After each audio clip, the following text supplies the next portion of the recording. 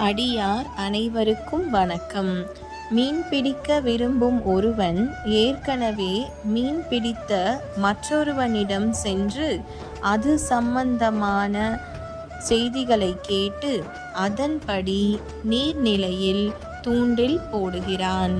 அதேபோல் சாதகன் ஒருவன் முதலில் கடவுளை அடைந்த ஆன்றோர் சொல்லை கேட்டு தெரிந்து கொள்ளுகிறான்.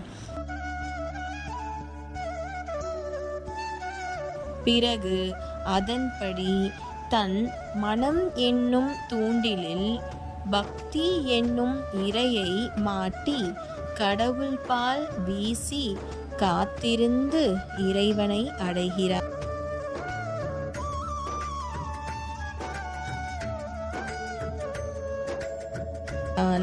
இறைவா, உன்னை பிடிப்பதற்கு மனமே தூண்டிலாக இருக்க நான் இன்னும் உன்னை அடையாதது ஏனோ? அடியார் அனைவரின் பாதம் சரணம். நன்றி.